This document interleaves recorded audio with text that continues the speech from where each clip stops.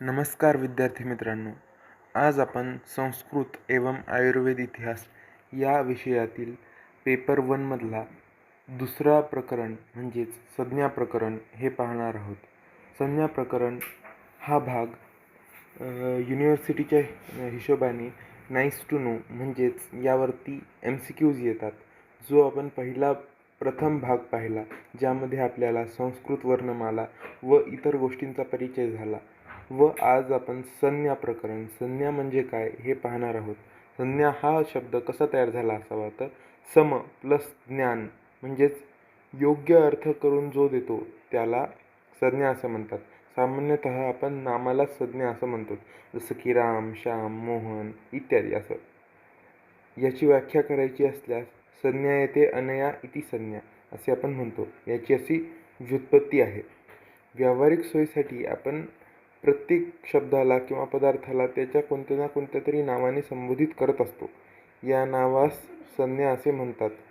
या नावाला संज्ञा असे नाव का आहे, याचे संज्ञी किंवा संज्ञक असे म्हटले जाते.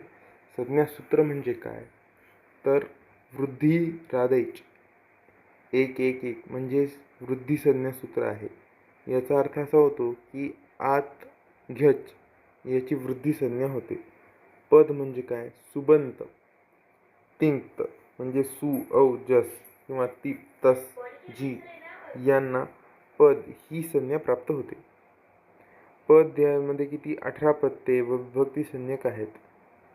Word which are meaningful due to tense or suffixes are called in म्हणजे संज्ञा म्हणजे सुप्तिंगतम पदम.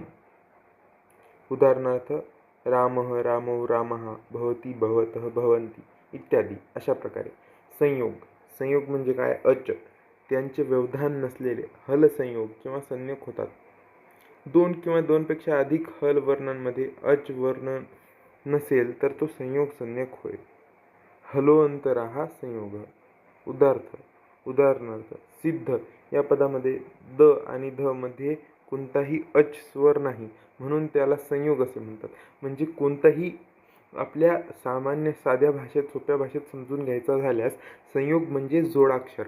म्हणजे काय, गच्छती तर च आणि छ, सिद्धेश्वर द आणि ध याचा जो संयोग होतो त्यालाच आपण संयोग म्हणतो. ते एकत्रित असणे म्हणजेच संयोग होय. पुढचा आपला शब्द आहे संहिता. वर्णांचे अत्यंत सामिप्य असणे म्हणजे व्यवधान रहित सामिप्य ज्याला असते त्याला संहिता असे म्हटले जाते. परसन्निकर्ष संहिता म्हणजे सिमिलॅरिटी जे आपण म्हणतो, त्याला जे साम्य असे म्हटले जाते त्याला संहिता असे म्हणतात. वर्णांच्या संहिता किंवा स्थितीमध्ये यांचा सन्निकर्ष होतो. उदाहरणार्थ वाक प्लस ईश, क आणि ई मध्ये संहिता म्हणजे अत्यंत सामिप्य आल्यामुळे त्याची संधी होते व वागीश असे पद बनते. अशा प्रकारे या संहितापासूनच संधी बनते. संधीचाच समानार्थी शब्द संहिता होय. पुढे आपण संधी प्रकरण तसेही पाहणारच आहोत. लोप, लोप म्हणजे न दिसणे किंवा हरवणे किंवा गायब होणे. अर्थात पहिले होता पण आता नाही, पूर्वी असणे पण नंतर न दिसणे, ऐकू न येणे, याला आपण लोप असे म्हणतो.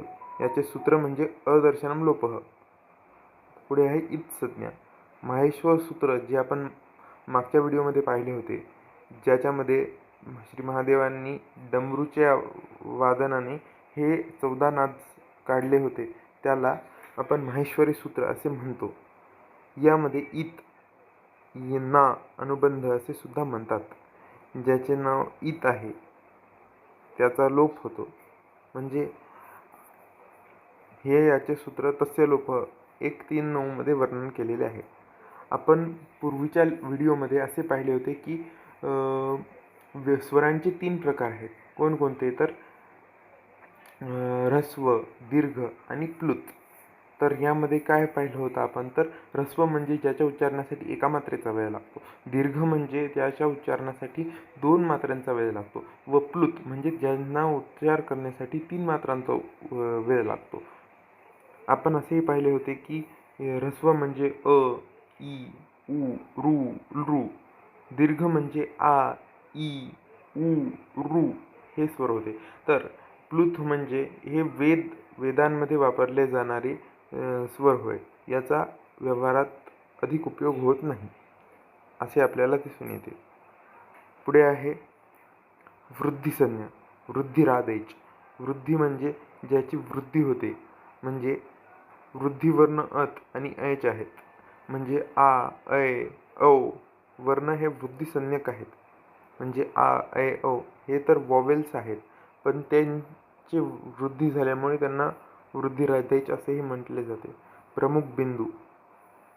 महर्षी पाणिनी हे खूप महान ऋषी होते, ज्यांनी संस्कृत खूप सोपे केले व संस्कृत व्याकरण खूप सोप्या प्रकारे त्याचे अध्ययन सांगितले. त्यांनी लघुसिद्धांत कौमुदी हा ग्रंथ लिहिला. त्यांनी त्यांच्या अष्टाध्यायीच्या प्रथम सूत्र लिहिलेलं आहे. त्यामध्ये हे वृद्धिसंज्ञा करणारे सूत्र सांगितलेले आहे. 1 + 1 म्हणजे एकाएक. अशा प्रकारे ही वृद्धिसंधी होते किंवा वृद्धिसंज्ञा होते. आता पुढे आपण पाहूया गुणसंज्ञा म्हणजे अदेयगुण म्हणजे 1, 1, 2. हे सूत्र गुणसंज्ञा करणारे सूत्र आहे. हे सूत्र गुणसंज्ञक वर्ण सांगते. अतेंग गुणसूत्र स्यात्. ह्रस्व आकार आणि एंग अ, ए, ओ वर्ण गुणसंज्ञक वर्ण आहेत. अ, ए, ओ हे सूत्र गुणसंज्ञा सांगणारे सूत्र आहे. म्हणजे काय, तर हे गुणसंज्ञक आहे. जसे की गुणसंधी होताना गुण वर्ण हा आदेश असतो. जसे रमा अधिक ईश म्हणजे रमेश होतो.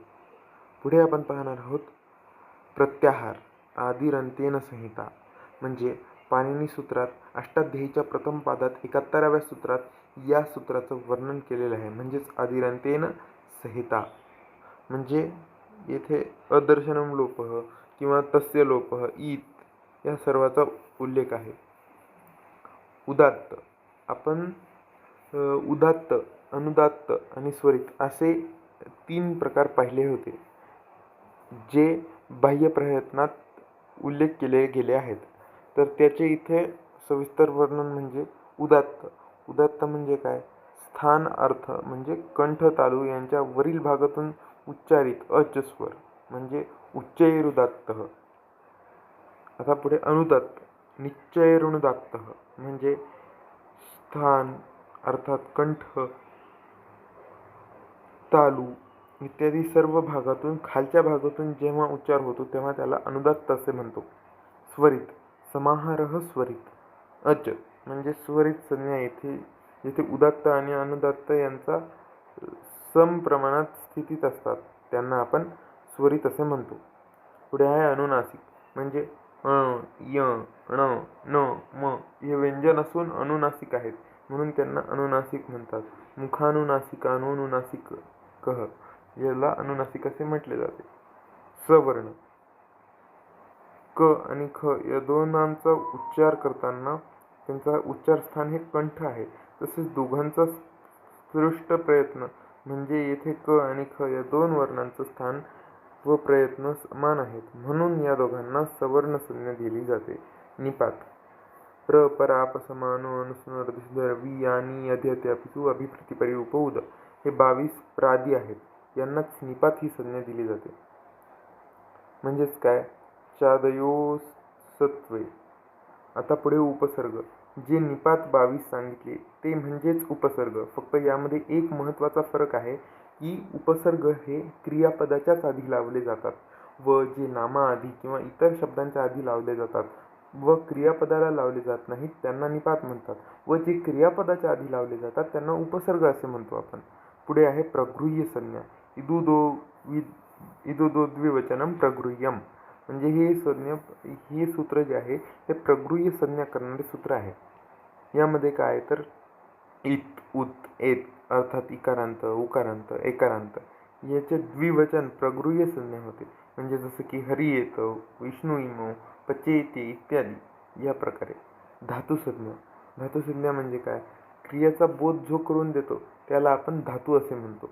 भुआदी धातू असे आपण म्हणतो. एकूण 2200 धातू सांगितलेले आहेत. त्याचे 10 गटात विभाजन केलेले आहे. त्यात गटांनाच आपण गण असेही म्हणतो. पुढे आहे त्यांचं सूत्र. त्यांचं सूत्र म्हणजे सनादंता धातवः भुवादयोः धातवः अशा प्रकारे त्याचं सूत्र सांगितलेलं आहे. पुढे आपण पाहणार आहोत आगम. कोणत्याही वर्णासोबत जेव्हा दुसरा वर्ण येतो व तो येऊन त्यासोबत संयुक्त होतो तेव्हा त्याला आगम असे म्हणतो आपण. म्हणजेच वृक्षछाया म्हणजे वृक्षछाया यामध्ये च आणि छ याचा संयोग होतो म्हणून येथे आगम असे म्हटले जाते. पुढे आपण पाहणार आहोत आदेश. कोणत्याही वर्णाला काढून जेव्हा आपण दुसरा त्या ठिकाणी वर्ण स्थापित करतो तेव्हा त्याला आदेश असं म्हणतात. म्हणजे यण संधीमध्ये यचा आदेश केला जातो तेव्हा त्याला ईच्या स्थानी यचा आदेश, ऊच्या स्थानी वचा आदेश, अशा प्रकारे त्याला आदेश असे म्हटले जाते. पुढे आहे उपधा. उपधा म्हणजे काय तर कोणत्याही शब्दाच्या अंतिम वर्णाच्या पूर्व वर्णाला आपण उपधा असे म्हणतो. जसे चिंत मध्ये त हा अंतिम वर्ण आहे पण त्याच्या पूर्वीचा जो न आहे त्याला आपण उपधा असे म्हणतो. त्याचं सूत्र म्हणजे अलोंत्यात पूर्व उपधा. अशा प्रकारे उपधा असे म्हटले जाते. या अशा प्रकारचे सर्व संज्ञांचे वर्णन म्हणजेच इन शॉर्ट टर्म्सचे वर्णन म्हणजेच संज्ञा प्रकरण होय. या सर्व संज्ञांचे अध्ययन करणे अत्यंत आपल्याला आवश्यक आहे. त्याशिवाय संस्कृत भाषा समजणे अशक्य आहे. तर या सर्व संज्ञांचे आपण नीट अध्ययन करावे व त्यांचे नीट अर्थ जाणून घ्यावेत. मग ह्याचा आपल्याला नक्कीच MHS BMS फर्स्ट इयरच्या युनिव्हर्सिटीसाठी MCQजमध्ये फायदा होईल.